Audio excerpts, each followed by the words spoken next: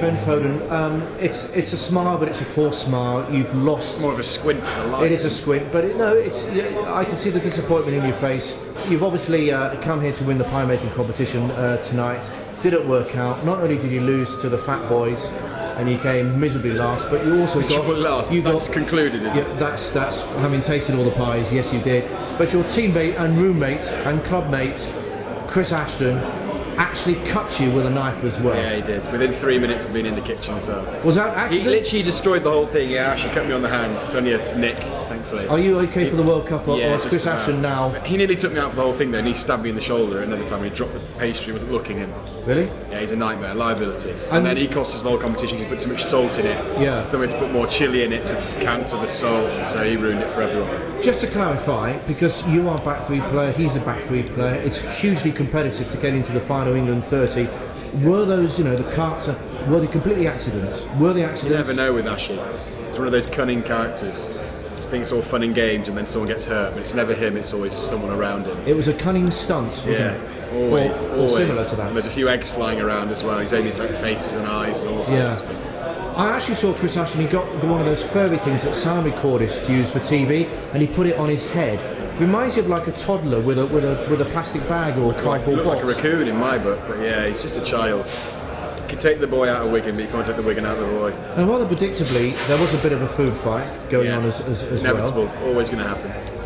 They should literally given us the food and then taken it away as quickly as they put it out. But so you've been pie making tonight. You've been in the Nike gear today. Yeah. Trying to pretend to be an All Black. Yeah. With Ashley as well. Can't get away from him. I'm room with him, doing the launch with him, cooking pies with him. And you had a very, very quiet and low profile wedding as well at the weekend. Oh yeah, indeed, yeah. That was just a quiet little, shindig away in the corners of the world. I felt for Ian Bolshaw, I must admit. No pressure. He just doing a best man speech in front of the Queen. Very well. Tiptoed along the line nicely, and in true Bolshaw style, managed to stay in play. Now, joking apart, it's been intense. It's been tough. It's been full on.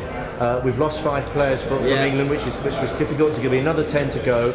I guess the weekend's wedding, the cookathon we've just had with the pies. It's a nice distraction, bit of fun from what is otherwise fairly full-on training. Yeah, and it's we've got these 3 games coming up as well, and all the boys are sort of competing, and it's a highly competitive environment, but in a good way. I think we're pushing each other to the limits, and I know that the 22 selected for the weekend's game are really going to be trying to put their hands up for selection. And like you said, it's very competitive. 5 people have had to go, and there's going to be another 10 cut. So we know that tough times ahead, and there's going to be some difficult calls, especially for the coach. I think it's going to be one of the most difficult decisions they've had for a while. Yeah. Which is what you want. Yeah, it is what we want, and like I said, it's very competitive, but in the right way. Everyone's sort of pushing each other to the limits and bringing out the best in each other, and hopefully, I think the whole 40 or 45 players will have contributed to hopefully a successful World Cup campaign. Now this, if you're selected, which I assume you will be, but you never know. You never know. You never know, will be your first World Cup. How excited are you by that? And also, there's still work to be done. Do you want that work to be done, or given a chance, would you get on that plane tomorrow?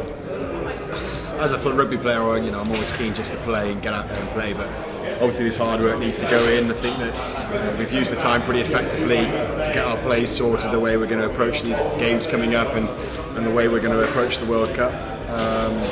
For me, I'm just sort of taking it each day at a time, just trying to keep fit and healthy, and become stronger and faster than ever, and hopefully take my chances when I get to perform in one of these next warm-up games. It's a question you're not going to like, but I'm going to ask it anyway. How many Twitter followers have you got? How many Twitter followers has Chris Ashton got? I don't know how many Ash has got. I'm knocking on the door with 30,000 now. He's not 5 figures, is he? I think he might be like 15, isn't he? Does he actually know how to do it? Yeah, he's actually alright on it as well. He's quite an interesting dude to follow, so him and Quates have been giving it a bit harsh banter. You'd actually probably join in the banter as well. There's a few pictures knocking around that could be ringers of you. Is that right? Good looking guys. Good to hear that. And now, when you go back to your room, could you please return the chef's hat and the sound muffler that Ashley's gone off with to play with for the night? The guy came and claimed it back pretty quickly. Don't see him chase after us when we left. Good luck for the summer. We'll see you soon. Thank you very much.